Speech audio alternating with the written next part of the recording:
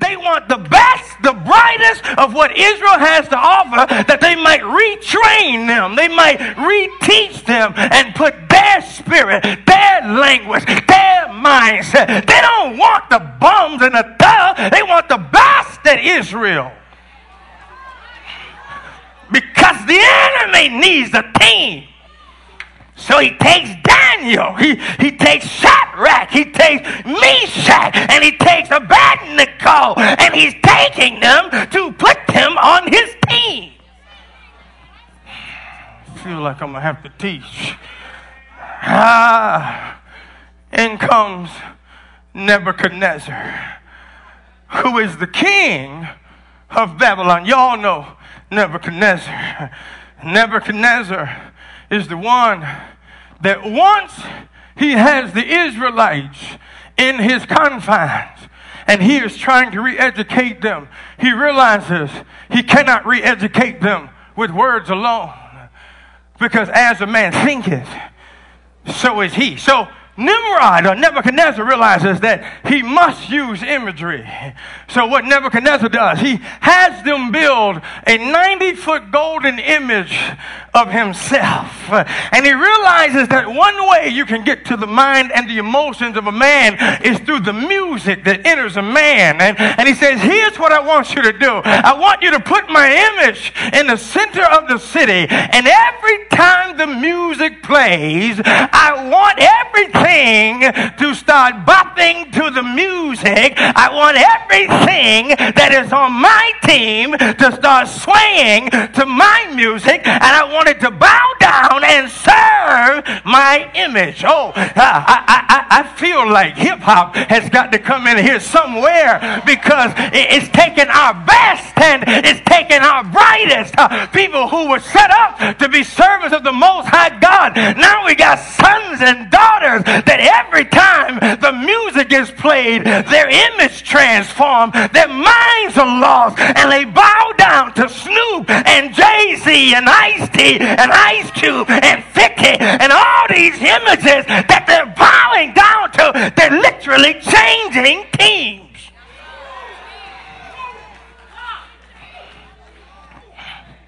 We can't even get them to come back to our side. No matter how much we talk about Jesus, it's a reason why Nebuchadnezzar's image was made in gold. And it's a reason why the dope dealer has gold around his neck and gold in his mouth and gold and platinum all over the place, because he's trying to sell them an image.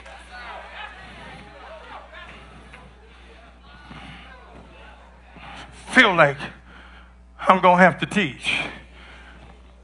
So we see the seeds of Nimrod that's in his team in Babylon, and how they've used the influence of music and use imagery to pull God's sons and daughters and overcome them and make them conform to the image of Babylon. Y'all going to sleep, you're going to wake up. The spirit of Nimrod is now leading the homosexual community.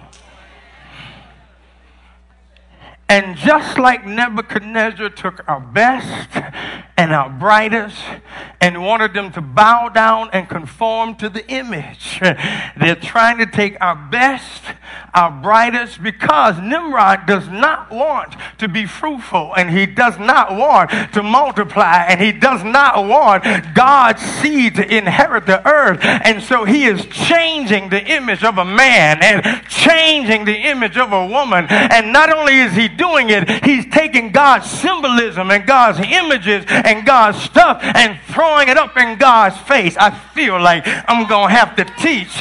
He is marking himself and and saying, this is my team, and everything that's on my team will put your stuff in your face. What am I saying? So the homosexual community doesn't just come out and say, accept us. They have declared their team, because what they do is every team is noted by a symbol. Oh, you don't go to any game and every team, whether it's a hawk, whether it's an eagle, whether it's a warrior, whether it's a Trojan, if you've got a team, you got a symbol. Well, what is the homosexual symbol? It is a rainbow. I feel like I need to teach in here.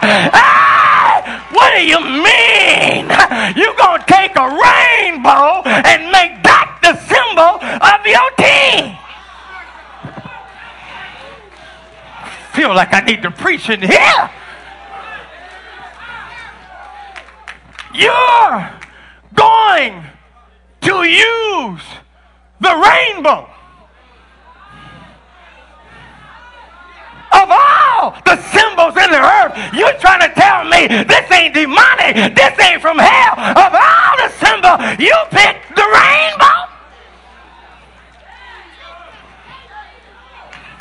If possible, the very elect will be deceived. We're not opening our eyes. We don't study the word. We don't understand. We think the rainbow is a pretty symbol, but you don't know what it means. It ain't no symbol. It's a sign of covenant. God says every time you see the rainbow, you understand that I will not destroy man with the flood. Every time.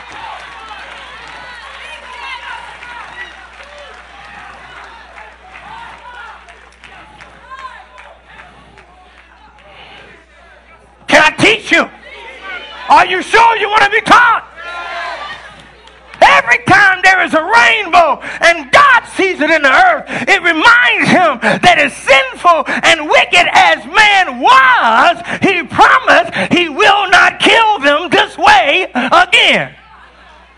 Oh, the rainbow says that every evil and sin that was done before the covenant of the rainbow, even if I see it again, because I'm God and I'm not a man that I should lie, neither the son of man that I should repent. And if I said it, shall I not do it? If I spoke it, shall I not perform it? And every time I see a rainbow, I will forget the sins of man. I will pass over and not destroy the earth. Oh, you better pay attention. So what the homosexual does is openly defy God, do what he wants to do with the pride that is in his life, decimate and desecrate the image of God and do all kind of stuff. And in the midst of his sin, what does he throw up to God? What does the rainbow says? You can't kill us. You promised that every time you saw the symbol, you can't strike us with water. We can dance in your face with our lovers. We can walk through the streets naked. And the sign we gonna carry is the rainbow, because you can't lie. We can lie. We can do whatever. But you're God. And there's certain plays and certain moves you can't make. If you said it, you got to do it.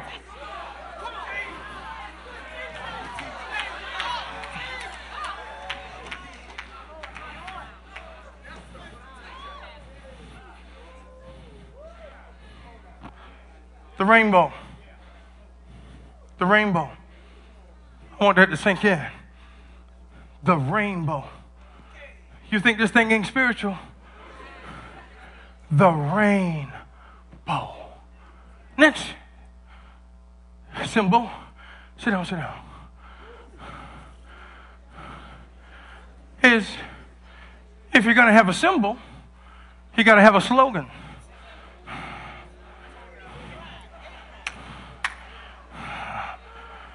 If my image is a hawk or an eagle, my slogan is, we fly high.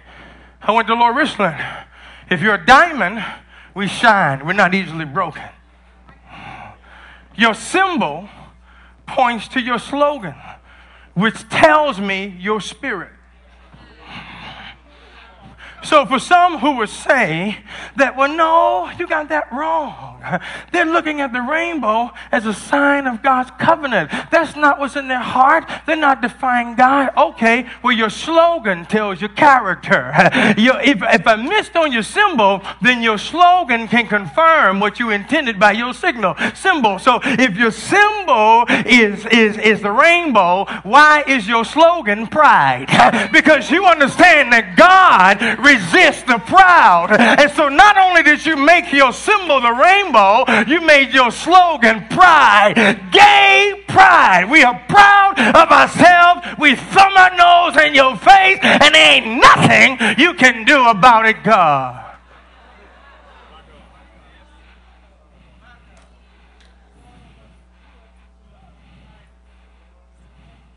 How quiet we are in here.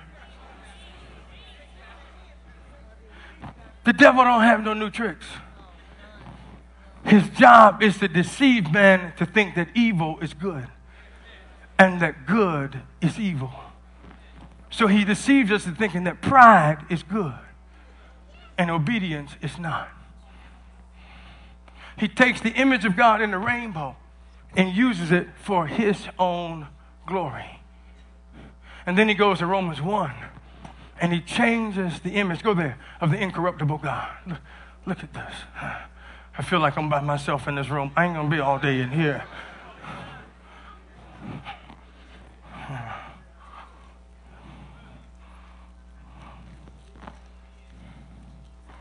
Yeah.